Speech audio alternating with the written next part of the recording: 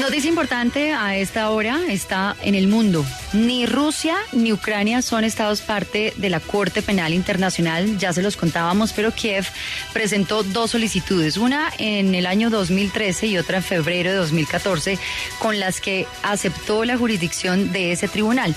El anuncio lo hizo hoy el fiscal jefe de la Corte Penal Internacional esta tarde y se produce este anuncio un día después de que la Corte Internacional de Justicia, el alto tribunal de la ONU, hubiese confirmado que había recibido una demanda de Ucrania contra Rusia en la que se acusa a Moscú de genocidio. ¿Cómo entenderlo? Pues se lo explicamos a contrarreloj con nuestro siguiente invitado, César Niño, profesor de Relaciones Internacionales de la Universidad de La Salle, doctor en Derecho Internacional. Profesor, muy buenas tardes, bienvenido a Contrarreloj. Muy buenas tardes y gracias por la invitación. Un placer estar con ustedes. ¿Es verdaderamente este anuncio una mala noticia para el presidente de Rusia? Bueno, para el presidente de Rusia todo en este momento es una gran mala noticia. No obstante, las declaraciones del fiscal de la Corte Penal Internacional, Karim Khan, efectivamente son una carta de invitación a la institucionalidad de la Corte. En esta oportunidad, la Corte está maniatada frente a las investigaciones que pueda haber contra el presidente Putin, a pesar de las declaraciones públicas que esto está llevando a cabo. ¿Cómo entender, profesor, que ni Rusia ni Ucrania sean estados parte de la Corte Penal Internacional? Bueno, es interesante esa pregunta por dos razones. La primera, porque al no ser parte del Estatuto de Roma, que es el tratado que le da vida a la Corte Penal Internacional en el año 1998, pues los estados que no son parte, pues evidentemente no, la competencia de la Corte no los cobija. Entonces, aquí estamos jugando a dos bandas. Una urgencia porque Kiev ratifique y la otra porque Rusia no hace parte de ese modelo de justicia penal internacional. Hay que recordar que la Corte Penal Internacional solamente juzga individuos y no juzga estados. Entonces eso también es importante tenerlo sobre relieve porque en últimas esto es lo que da tal vez algún tipo de juego en términos penales en la justicia penal internacional. Bueno, yo creo que eso es de resaltar, ¿no? La Corte Penal Internacional históricamente no plantea sanciones contra estados, pero sí contra personas. En ese caso, a diferencia de la Corte Internacional de Justicia, perdóname te interrumpa, sí, a diferencia de la Corte Internacional de Justicia, que evidentemente Kiev, o Ucrania, mejor dicho, ha llamado la atención sobre esto, la Corte Internacional de Justicia, la CIJ, sí juzga estados y dirime conflictos internacionales entre estados-nación, versus la Corte Penal Internacional, que solamente se encarga de revisar 4 delitos exclusivamente y se encarga solamente de personas responsables de la responsabilidad sobre esos delitos. Eso quiere decir que va directo contra el presidente de Rusia. ¿Cuáles son esos 4 delitos, profesor? 4 delitos: genocidio, crimen de agresión, lesa humanidad y crímenes de guerra. Esos son los 4 delitos, o 4 crímenes, más que delitos, 4 crímenes que la Corte Penal Internacional tiene en su espíritu como tribunal internacional. Pero también habrá que ver, o tienen que poner sobre la agenda, no que el genocidio, los crímenes de guerra no son solamente la operación sobre el terreno, sino también tienen que ver con los actos discursivos que se cometen o que son asociados a crímenes como el genocidio. Me explico. Una declaración del presidente Putin de no reconocer o de decir que Ucrania debe desaparecer es en sí mismo un acto de genocidio. Y en ese mismo sentido, profesor, históricamente quizás la Corte Penal Internacional ha planteado alguna sanción digna o merecedora del aplauso, diríamos, mundial.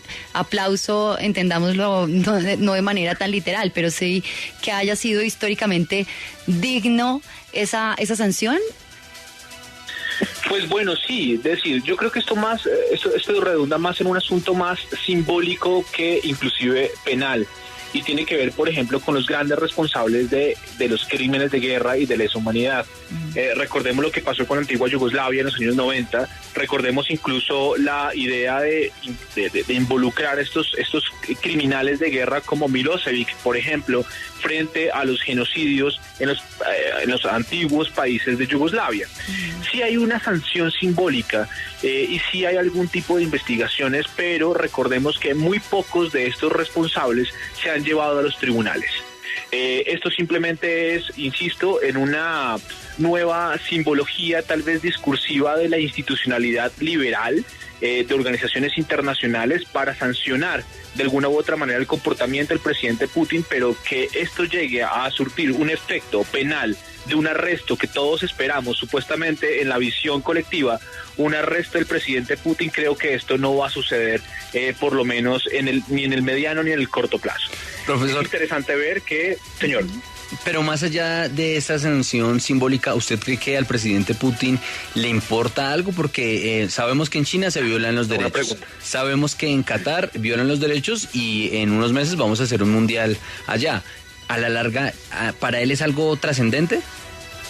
No, no es trascendente cuando tú eres un líder dictatorial que no reconoces los derechos humanos. Recordemos los Juegos Olímpicos de Invierno en Sochi, cuando hubo este atentado terrorista en el metro de la ciudad rusa de Sochi, cuando Vladimir Putin decía que los criminales debería juzgarlos Dios porque él se encargaba de enviárselos a Dios. Esto significa que el presidente Putin no tiene dentro de su configuración como líder o como dictador, no tiene la idea de qué significan los derechos humanos. A pesar de que Rusia juegue a una banda en el Consejo de Seguridad de Naciones Unidas y por fuera de ella, significa en últimas que es un líder político que desconoce las instituciones liberales y por eso tampoco hace parte de los 123 países que sí han ratificado el Estatuto de Roma de la Corte Penal Internacional. Sí, bajo la Corte Penal Internacional, entendiendo lo que usted nos está explicando hoy, profesor, no habría ningún efecto, diríamos, inmediato sobre eso que quizás no solamente nosotros desde la información, sino muchos otros en diferentes países del mundo están esperando. Si no es por ahí, entonces sí sería por el lado de la Corte Internacional de Justicia. Tampoco, porque la Corte Internacional de Justicia simplemente, insisto, juzga estados, no juzga individuos. Entonces la responsabilidad se vuelca sobre las actuaciones de un estado en la solución de controversias sobre las agresiones a propósito de la invasión o de la anexión de territorios. Es decir, ahí no hay responsabilidades penales, es decir, individuales, sino tendría que ver más con una sanción en términos de Estado. No obstante, recordemos que el presidente Putin, incluso Rusia, no ha ratificado ninguno de estos acuerdos internacionales o tratados internacionales, lo que significa en últimas que no habría ningún grado de competencia. Entonces, a mí sí me llama la atención algo, y bueno, lo comparto con ustedes, y es que toda persona que cometa dichos crímenes que les he explicado, del genocidio, agresión, lesa humanidad y crímenes de guerra, incluyendo el hecho de ordenar, incitar o contribuir a cualquier otro modo de comisión de esos delitos, como lo ha hecho en los últimos días el presidente Putin, no puede ser incluso, digamos, vinculado a una investigación de la Corte. Pero esto es interesante también tenerlo en cuenta, y es que no, la Corte no puede ejercer la jurisdicción respecto al crimen de agresión, básicamente porque no hacen parte del Estatuto de Roma en esta oportunidad el Estado de la Federación Rusa. Una pregunta, profesor Niño, una duda. El fiscal Khan ha venido bastante inquieto con el tema de Ucrania, incluso en declaraciones ha expresado que siempre ha estado muy preocupado por esos supuestos crímenes de guerra y crímenes de lesa humanidad en Ucrania desde el 2014, pero pues que ahora, sumándole todo esto nuevo en el conflicto, pues como que digamos, esto puede empezar a sumar y a sumar y a sumar, pero no es solo por lo que está pasando ahora, ¿no? Eso viene siendo como retroactivo también. Claro, pero recordemos algo, y es que la Corte Penal Internacional tiene jurisdicción desde el 2002, y eso es importante tenerlo presente y sobre la agenda, básicamente porque los crímenes de guerra, los crímenes de lesa humanidad, genocidio, ¿no? Y también los de agresión, ¿no? Como la invasión y la ocupación militar, solo se activan a partir de 2018 bajo condiciones estrictas que los otros 3 crímenes también implican. Claro. Es decir, aquí no se aplica actos de agresión cometidos en países que no han ratificado el estatuto, como Rusia y como Ucrania. Entonces, jurídicamente, en términos de derecho internacional, al no estar comprometidos ¿no? Con la institucionalidad tampoco están cobijados bajo el fuero de la institucionalidad. Esto que nos deja como reflexión, nos deja una reflexión interesante, y es que hay que pensar cuáles son los cambios sustanciales del sistema internacional y por supuesto de las instituciones internacionales. No obstante, habrá también que revisar cuál es el alcance, ¿no?, de estos tribunales frente a los castigos que podría tener un dictador del tamaño y de la envergadura de un personaje como Vladimir Putin, o inclusive un personaje como Xi Jinping, que también está exterminando uigures en la frontera china. Ah, muy bien. Pues muy bien, para mejor explicado para dónde. Sí, de acuerdo. Profesor, o sea, ¿no da clases particulares? No, por supuesto.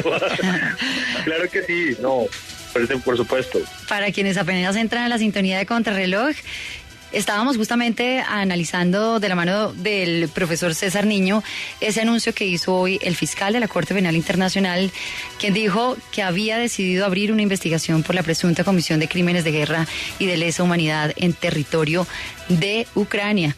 Así que hoy se lo explicamos a Contrarreloj con César Niño, profesor de Relaciones Internacionales de la Universidad de La Salle, es doctor también en Derecho Internacional. Gracias por acompañarnos, feliz noche.